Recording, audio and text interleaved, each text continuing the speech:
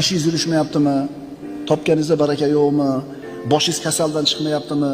Boshingiz qarzdan chiqmayaptimi? Musibat u, to'g'rimi? Xotin itoatsizmi? Farzandlar bir noloyiqmi? Sizga nima yoqmayapti? Qarangda, bu musibat. Shu musibatlarda hammasi o'zingizlar qilgan ish sababli bo'ladi, deyapti Alloh taolo. Yana Alloh ko'p gunohlarni kechirib turaman deydi.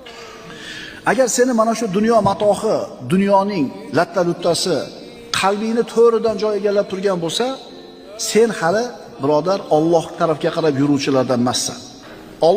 Allohga qarab yurayotganlardan bo'lishi uchun unga taslim bo'lasan, uni hamma narsadan afzal deb bilasan. Shunda senga yaxshilik keladi, shunda martaba keladi, shunda rohat keladi, shunda osoyishtalik keladi, shunda saodat keladi, shunda omonlik keladi, shunda tavfiq keladi.